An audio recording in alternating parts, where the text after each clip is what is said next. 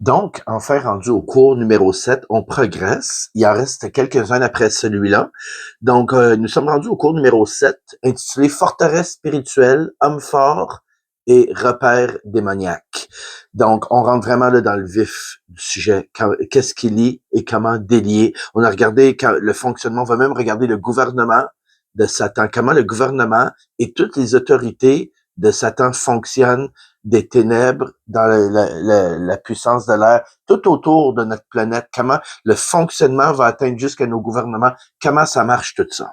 Donc, nous entrons maintenant dans cette phase du cours où nous aborderons encore différents problèmes, réalités spirituelles, en mettant de plus en plus de lumière cette fois-là sur les solutions et les principes concrets de délivrance. On rentre vraiment dans le côté actif là, pour délivrer, délier, délivrer, chasser.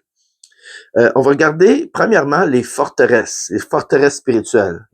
Une forteresse est un schéma de pensée erroné basé sur un mensonge. Souvenez-vous, Satan est le père du mensonge. Donc, c'est un schéma de pensée qui est basé sur un mensonge qui souvent passe pour une vérité. Donc, on appelle ça en français un sophisme. C'est une fausse sagesse.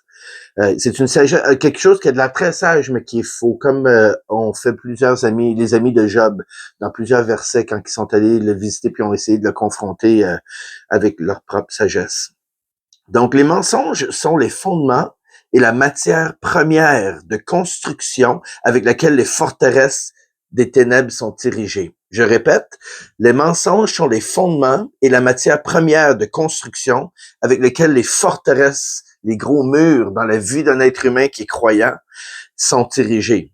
Ce que les forteresses font dans la vie d'une personne, c'est qu'elles le privent de recevoir le meilleur de ce que Dieu en réserve pour elle. Donc, quelqu'un peut être sauvé, né de nouveau, en chemin vers le ciel, mais avoir des forteresses qui vont limiter grandement son appel, la vie que Dieu veut émaner à travers lui. Et l'ennemi est rusé. Et il sait que s'il peut pas vous mettre hors jeu, c'est-à-dire que vous retournez dans le monde des ténèbres, il va essayer de vous mettre littéralement hors jeu en ce qui est d'activité que Dieu peut faire à travers votre vie pour essayer de nous limiter. Donc, il n'y a pas que les démons qui sont à l'origine des forteresses dans la vie d'une personne. Nos perceptions erronées, notre éducation et nos préjugés peuvent aussi en être la source. Chose certaine, c'est que les démons chercheront à exploiter tout schéma de pensée mensongère qui leur seront accessibles. Donc, il n'y a pas juste les démons qui vont faire ces gros murs de mensonges ou de faux raisonnements dans la vie d'un croyant. Ça peut être la façon, l'éducation qui a eu des choses qu'il a apprises à l'école puis qui a mis à la mauvaise place ou qui a pris, comme on dit ici au Québec, qui a pris comme du cash, hein, il a pris pour acquis. Donc ça peut créer des faux schémas de pensée qui deviennent des forteresses. 2 Corinthiens 10, 4 et 5 nous disent « Car les armes avec lesquelles nous combattons ne sont pas charnelles, mais elles sont puissantes par la vertu de Dieu pour renverser des forteresses. Nous renversons les raisonnements et toute hauteur qui s'élève contre la connaissance de Dieu. Et nous amenons toute pensée captive à l'obéissance de Christ. » Le processus de délivrance implique généralement 3 parties. Plusieurs d'entre vous en avez déjà entendu parler. La première, c'est de faire tomber les forteresses, les faux raisonnements qui ont été établis en apportant la vérité là où il y a l'erreur. On remplace l'erreur par la vérité. Deuxièmement, ça veut dire expliquer à la personne avant de prier pour elle. Là, pourquoi il y a cette forteresse, pourquoi il y a ce lien dans sa vie. Et ça demande aussi de faire un peu de counseling avec, de savoir comment ça a débuté ses problèmes, de suivre son cheminement. Deuxièmement, c'est enlever les droits légaux à tout esprit ancré par la renonciation et la repentance, les deux R. La renonciation, la repentance face aux faux concepts et face aux œuvres qui s'en suivent. Donc, il faut que la personne renonce. Tu peux rien faire, tu peux rien décider dans sa vie, quand bien même tu crieras en lui positionnant dans le visage ou en perdant la voix, si la personne ne renonce pas de son propre gré, l'ennemi va rire, il va vous rire en pleine face. Et c'est arrivé. Et troisièmement, prendre autorité et chasser les entités démoniaques. Donc, premièrement, faire tomber les forteresses, les faux raisonnements, les mensonges, puis remplacer l'erreur par la vérité. Deuxièmement, enlever les droits légaux à tout esprit ancré par ce qui demande la renonciation puis la repentance face aux faux concepts et face aux œuvres qui s'en suivent. Et troisièmement, on prend autorité, on chasse ces entités.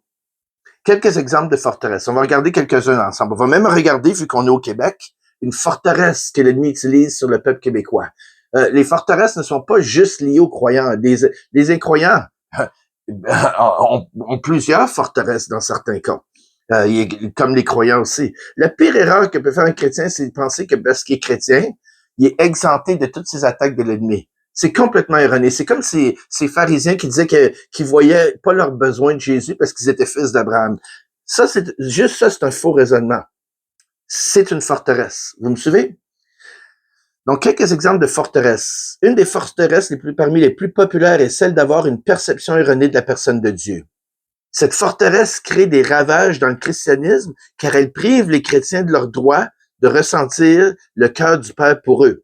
Et par conséquent, elle les empêche de manifester la vie et l'amour de Dieu à autrui. C'est logique. Certains pourraient même être portés à percevoir un tel lien avec légèreté. Mais quand on regarde celui-ci sur le plan stratégique, on réalise vite les effets dévastateurs d'un tel lien. Alors que l'assurance et l'influence du croyant sont largement diminuées et que son héritage au ciel sera considérablement affecté. Parce que l'ennemi vient pour voler, égorger et détruire. S'il peut pas voler ton âme à Dieu, ton esprit, aussi dans les mains de Dieu, il va essayer de détruire, de désagréger, de t'enlever au maximum de vitalité ici et éternellement que tu peux avoir. L'ennemi est un psychopathe spirituel qui n'a absolument aucune empathie pour nous, dont nous sommes les ennemis jurés. Dieu, il peut rien faire à Dieu, mais il peut s'attaquer à nous parce qu'on est fait à son image. Ce lien spirituel est systématiquement présent dans toutes les religions du monde, celui qui déforme la personne, le cœur et l'amour de Dieu. Ce lien spirituel est systématiquement présent dans toutes les religions du monde et dans toute forme de christianisme légaliste. Les chrétiens qui vivent dans la peur constante de Dieu et dans tout ce qui touche le monde spirituel sont souvent liés par de telles forteresses, qui souvent même qui s'élèvent contre leur propre raisonnement. Des fois, c'est même plus logique. Tu les amènes dans leur pensée, puis là, ils réalisent que c'est même pas logique. Comme ils disent ici, ça n'a même pas de bon sens, mais ils restent là-dedans. Parce qu'il y a une forteresse. Voici quelques symptômes qui seront exposés à la forteresse ou la présence de forteresse.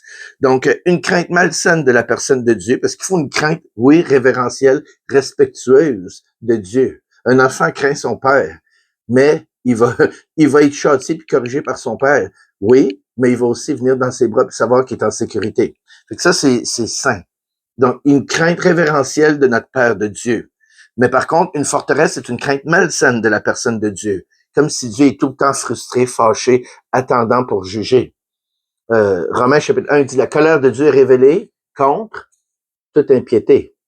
Dieu aime l'homme, il aime pas ce qu'il fait. Dieu veut racheter l'homme pour le racheter du péché. Dieu nous aime, mais par contre, oui, il y a une vive colère contre le péché.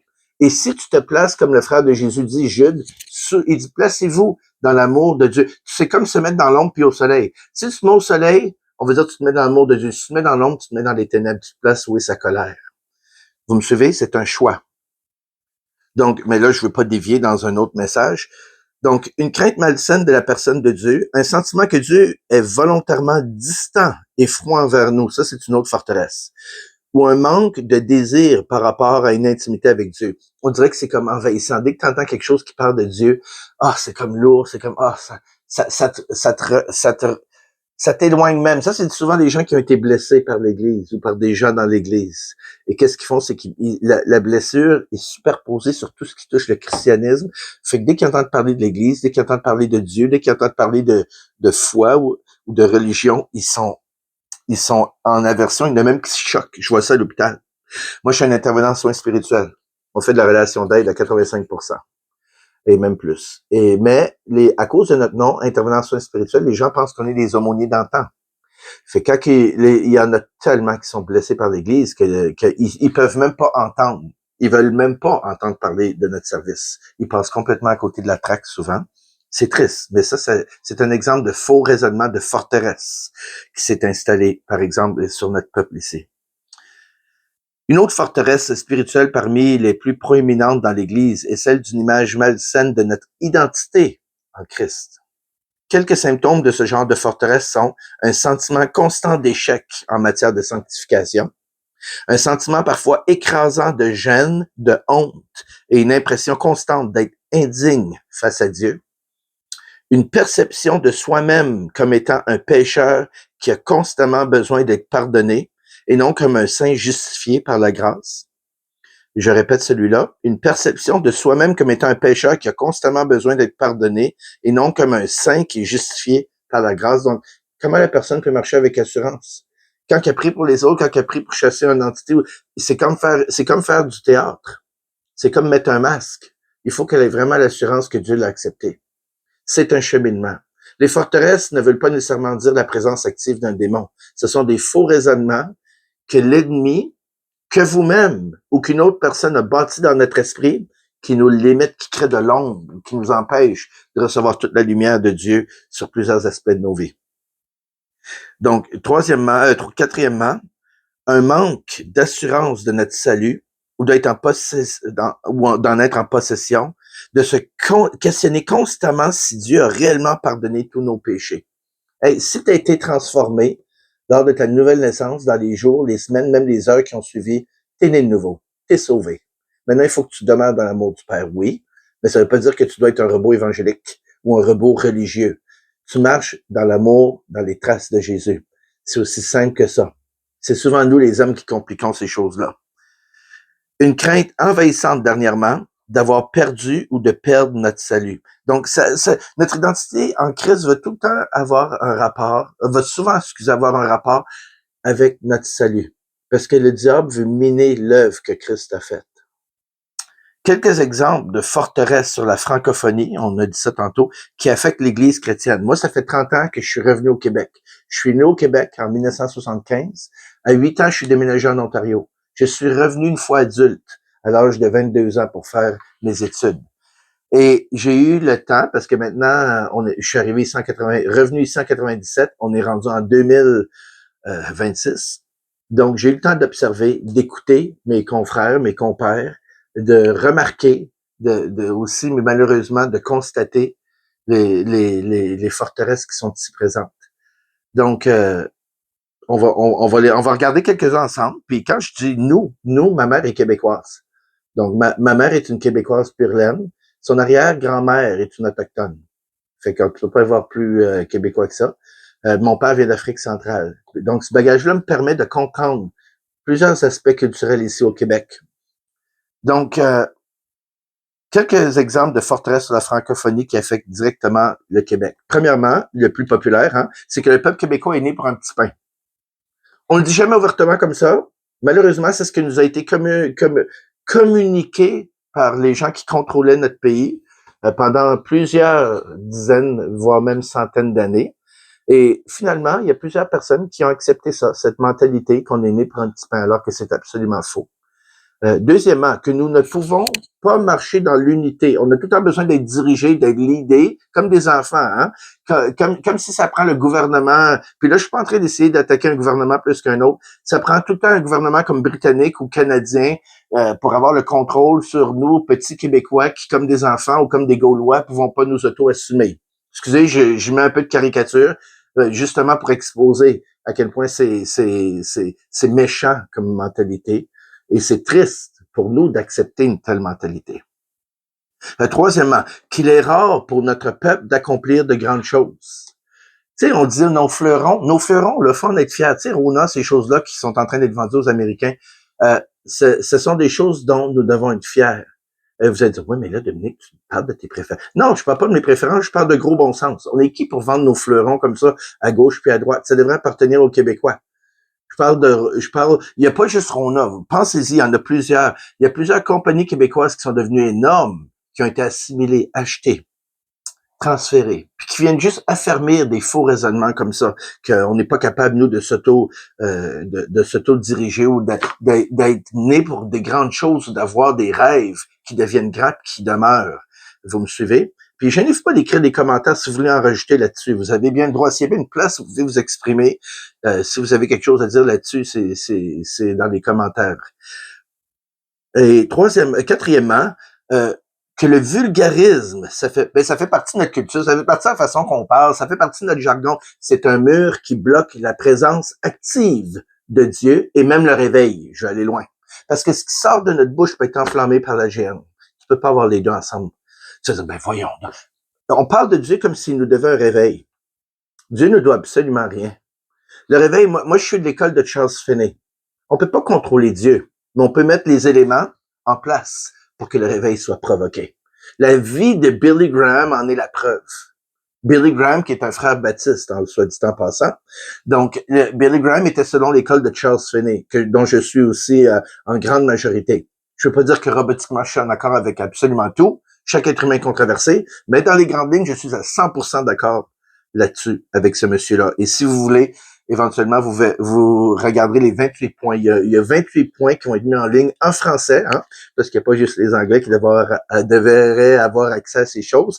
On va regarder ensemble 28 points que les pasteurs, les dirigeants ont besoin de se remettre en perspective si on veut avoir l'environnement favorable pour avoir la puissance et la présence de Dieu comme on voyait justement avant, dans les années 80 et 90. Il suffisait que de rentrer dans l'église, il y avait les louanges, il y avait une présence. Ben, il va y avoir une vidéo, pas sur ma chaîne, mais pas sur la chaîne Démons, Délivrance, Doctrine. Ça va être vraiment une vidéo faite pour tous les chrétiens, mais qui s'adresse surtout aux pasteurs, aux leaders, pour qu'ils aient la gloire dans leur église, la puissance dans leur église. Ce sont des principes interconfessionnels qui s'adressent autant aux plus pentecôtistes qu'aux plus baptistes des serviteurs de Dieu. Là-dessus, on se rejoint main dans la main et c'est des principes qu'on suivait avant, qu'on a abandonnés. Je vous exhorte fortement d'aller le voir. Ça va sortir dans les prochains jours. Donc, l'avant-dernier, c'est le laxisme, le vulgarisme, que ça fait partie de notre héritage culturel. C'est faux. Quand vous entendez les gens qui sacrent, j'ose pas dire les mots, même si ce sont des éléments qu'on trouve dans l'Église catholique. C'est Dieu, c'est Jésus. L'Église catholique pointe vers Dieu le Père, donc le Dieu des Hébreux, l'Éternel, le Dieu de Jésus, Dieu le Père et Jésus, et que ce soit Marie, Joseph. C'est une insulte à la personne et à la souveraineté de Dieu que de sacrer comme ça ou de dire ces mots-là. Quand j'entends des gens qui disent Christ comme ça en vain, c'est exactement comme ça qu'on fait pour t'assurer que tes prières sont pas répondues. Après, ils vont aller pleurnicher que Dieu répond. Regardez, les gens parlent comme ça, mais vous avez pas parlé comme ça. Ça fait pas partie de notre jargon. C'est un faux raisonnement. J'ai vu des chrétiens qui parlent comme ça, puis ils ont accepté ça avec le temps. Ça, mes amis, c'est ce qu'on appelle une forteresse. Cinquièmement, que nous serons toujours portés à nous manger les uns les autres ou à se nuire mutuellement. Mon père, quand j'étais petit, m'avait averti. Parce que mon père a demeuré aussi au Québec avant de déménager en Ontario. Il est arrivé ici en 1968. Il a fait son doctorat à Laval, puis il a côtoyé les Québécois. Il a épousé une Québécoise, ma mère. Puis il m'a dit, souvent, au Québec, on dirait que les gens ont comme peur d'avoir quelqu'un qui est haut. Il faut que la personne soit au-dessus de lui ou et soit en dessous de lui ou égal à lui. Ce genre de mentalité, je vais même pas rentrer là-dedans en détail, je pense que plusieurs d'entre vous allez tout de suite comprendre, on sera tout le temps à nous manger les uns les autres. C'est épouvantable. Parce que même Satan fait pas ça dans son royaume. Il amène une discipline pour que on va regarder ça très bientôt. Vous êtes pas obligé d'accepter une telle mentalité. Ces tendances n'ont pas besoin de devenir une malédiction sur nos églises, ni sur nos enfants. Les dominations, les autorités, ainsi que les principautés qui résident sur notre province sont bien au courant de ces faux raisonnements que je viens de vous nommer et s'assureront qu'ils demeurent une réalité chez les générations à venir. C'est à nous, l'Église, de briser ce cycle. Seule l'Église peut renverser la tendance. Nous avons le pouvoir, en tant qu'Église, de changer le climat spirituel de nos villes, de notre province et même de notre pays. Maintenant, la vraie guerre de l'Église. Les réels ennemis de l'Église ne sont pas l'athéisme, le communisme, l'islam ou toute autre forme de religion. Le combat qu'on fait, on l'a lu tout à l'heure, est spirituel. La Bible nous dit que nous ne sommes pas en guerre contre la chair et le sang, mais contre les forces spirituelles démoniaques qui gravitent autour de nous dans les lieux célestes. Éphésiens 6, 12 à 13. Car nous n'avons pas à lutter, on connaît tous ce passage, contre la chair et le sang, mais contre les dominations, contre les autorités, contre les princes de ce monde de ténèbres, contre les esprits méchants dans les lieux célestes. C'est pourquoi prenez toutes les armes de Dieu afin de pouvoir résister dans le mauvais jour et tenir ferme après avoir tout surmonté. Il y a quelques faits saillants à prendre en considération lorsqu'on fait la lecture de ces passages. Premièrement, le contexte de l'Église d'Éphèse. L'apôtre Paul s'adresse à l'Église d'Éphèse qui est un des sièges sociaux de l'occultisme en Asie. Quand Paul a amené un réveil à Éphèse, par la grâce de Dieu, les gens de la ville ont fait un énorme bûcher, brûlant des centaines et des centaines de grimoires, de livres de sorcellerie, envoyant ainsi en fumée plusieurs milliers de dollars. La Bible donne même la valeur et dit que le nombre était de 50 000 pièces d'argent. C'est une somme faramineuse, mes amis. Acte 19-19, ce qui représente une fortune aujourd'hui. Une somme qui est encore plus grande à l'époque. Ils ont tout envoyé ça en fumée parce qu'il y a un réveil dans la ville d'Éphèse. C'est pour ça que Éphèse a une connotation qui parle du combat spirituel. Notons donc que le livre d'Éphèse s'adresse premièrement à des chrétiens qui longtemps ont baigné dans un contexte d'occultisme. Et c'est avec ceci en tête qu'il faut aborder ce livre. Deuxièmement, le contexte du chapitre 6 de l'Épître aux Éphésiens, le chapitre où l'apôtre Paul parle si clairement des différentes hiérarchies de démons, on va regarder ça dans quelques instants, traite premièrement de l'attitude du chrétien et de son comportement face à ceux qui se trouvent dans son environnement. C'est intéressant, ça. Je fais pause une seconde.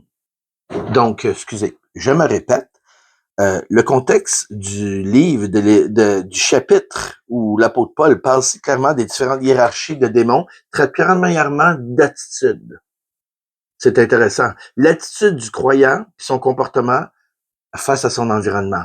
En fait, le contexte débute au chapitre 4 et se poursuit jusqu'au chapitre 6, qui traite sur le combat spirituel. Ça commence dans notre attitude, mes amis. Dans ces chapitres, l'apôtre Paul parle de marcher comme Christ, d'humilité, de la soumission de l'Église à Christ, troisièmement. Quatrièmement, de l'amour et de la soumission dans la famille, conjoint, parents, enfants envers parents. D'obéissance face aux autorités séculières et employeurs, et de bonté face à ceux qui sont sous notre autorité. Tassez ça, posez-vous pas de questions pourquoi il n'y a pas de réponse à nos prières, pourquoi on est si oppressé, pourquoi on est si attaqué. Tassez ces attitudes d'humilité qui touchent au comportement de Christ, qui sont la base de la base. Vous venez d'enlever les blocs de construction qui font la fabrique même de l'ADN du croyant. L'apôtre Paul n'est pas en train de donner quelques pieux encouragements d'aptitude sociale. Il donne des instructions puissantes pour résister aux forces des ténèbres, qui sont rebelles, rusées et pleines de haine, et qui chercheront à influencer les hommes à marcher comme leurs semblables. Ces esprits méchants établissent ce qu'on peut appeler des foyers démoniaques. Des foyers démoniaques dans la chair des hommes qui se laissent entraîner au gré de leurs pulsions et de leurs impulsions. Des foyers démoniaques, c'est un endroit où l'ennemi est sécure, où il est sûr, il est pratiquement chez lui. Un foyer démoniaque est un endroit où il peut y avoir plusieurs entités qui sont bien chez eux. Ils ont pris du terrain. Et oui, ça existe des chrétiens qui ont des foyers démoniaques, même des leaders. Et je devrais même pas dire même. En fait, tout ce qui est dans la chair, tout ce qui est sur la surface de la planète, dans la chair, peut avoir un foyer démoniaque ou un accès à l'ennemi. Que cela vous plaise ou non. Vous direz ce que vous voudrez par rapport à la doctrine. On peut s'ostiner longtemps. Moi, je me fie à ce que la Bible nous montre, ce qu'elle nous enseigne et ce qu'elle nous démontre. C'est dans un tel contexte que nous vient ce fameux passage, alors qu'on parle de l'attitude et du comportement du croyant, vient ce fameux passage d'Éphésiens 6-12, où l'apôtre expose les différentes forces qui sont à l'œuvre dans les lieux célestes et qui manipulent ce monde dans sa rébellion contre Dieu. Une petite réflexion ici que j'ai mis dans les notes. À quoi bon nous revêtir de toutes les armes de Dieu décrites dans ce passage si nous n'avons pas compris les instructions qui précèdent où l'apôtre nous charge d'adopter les attitudes d'humilité et d'amour qui reflètent les réalités du royaume? Ça nous donne quoi de mettre toutes ces armes-là? Si on n'a même pas les blocs fondamentaux qui tiennent la chaîne d'ADN, excusez mes images, je suis un gars très imagé. Si on n'a même pas ces attitudes fondamentales, ça nous donne quoi d'avoir l'épée, l'armure, le casque, toutes ces choses-là? Ça devient de la religion. J'ai vu des gens qui se lèvent tous les matins et qui disent, il faut que je me revête de l'armure de, fait que tous les matins, religieusement, ils répètent ils remettent toute l'armure comme s'ils l'avaient perdu en dormant parce qu'au milieu de la nuit, l'armure se désintègre, je sais pas. C'est bien de se le rappeler, mais d'en faire une règle religieuse, c'est comme ça qu'on crée des faux raisonnements, justement. En effet, l'apôtre Paul est en train de nous fournir des informations qui nous permettent de bloquer les accès démoniaques dans la vie, dans notre vie, et de tenir ferme lors de combats. Les armes spirituelles peuvent facilement devenir des armes religieuses entre les mains d'un chrétien dont le cœur est sourd et aveugle face aux attitudes élémentaires du royaume, qui sont l'amour, la miséricorde, la fidélité. Matthieu 23, 23. On va terminer cette vidéo-là avec ce passage-là et les paroles de Jésus. Malheur à vous, scribes et pharisiens, hypocrites, parce que vous payez la dîme. Pour ceux qui se demandent si c'est correct de payer la dîme, je suis pas le genre de gars, moi, quand j'étais pasteur, ils vous le diront. Des fois, il y a des matins où j'oubliais même d'appeler les préposés pour la dîme. Il y a des églises où c'est quasiment une priorité, ils mettent une demi-heure à parler aux dîmes. Attention. Watch out. OK? Malheur à vous, scribes et pharisiens, hypocrites, parce que vous payez la dîme de la menthe, de la nette, du cumin, et que vous laissez ce qui est plus important que la dîme. Vous entendez bien? Dans la loi, la justice, la miséricorde, la fidélité. Il dit, c'est là, parlant de justice, miséricorde et fidélité, il dit, c'est là ce qu'il fallait pratiquer, mais sans négliger la dîme et ses autres choses. Oui, c'est important, oui, même peut-être pas négligeable, parce que c'est quand même un culte personnel, c'est une manière de s'exprimer envers Dieu quand on donne notre dîme, c'est secret entre nous puis Dieu, puis personne ne devrait juger ça. Mais le plus important, Dieu dit, justice, miséricorde, fidélité. La version de Jérusalem, qui est encore plus littérale, dit les mêmes paroles en ces termes. Malheur à vous, scribes et pharisiens, hypocrites qui acquittez la dîme de la menthe, du fenouil et du cumin, après avoir négligé les points les plus graves de la loi, la justice, la miséricorde et la bonne foi. C'est ceci qu'il fallait pratiquer sans négliger cela. Quand l'Église est dans la médisance, la critique et la division, le manque de pardon, celle-ci néglige ce que le Seigneur appelle les points les plus graves de la loi. Vous dire, oui, mais je suis plus sous la loi. Oui, mais tu es sous la loi de l'esprit et vie. Tu veux pas te moquer des blocs fondamentaux qui font qu'on marche dans les traces du Seigneur, qu'on marche dans le modèle que Jésus nous a donné. Et à quoi bon revêtir les âmes spirituelles alors que nous négligeons le cœur même de la volonté de Dieu dans notre propre vie? C'est pourquoi après plusieurs sont surpris de voir une fois qu'ils ont ouvert leurs yeux à cette réalité puis qu'ils voient comment que l'ennemi peut être impliqué dans la vie d'un croyant, ils restent surpris combien de chrétiens, combien de leaders, combien de pasteurs sont liés par des entités, par l'ennemi. Des fois, la délivrance est tellement proche. C'est juste une forteresse qu'il faut faire tomber. Des fois, c'est des entités qu'il faut carrément chasser.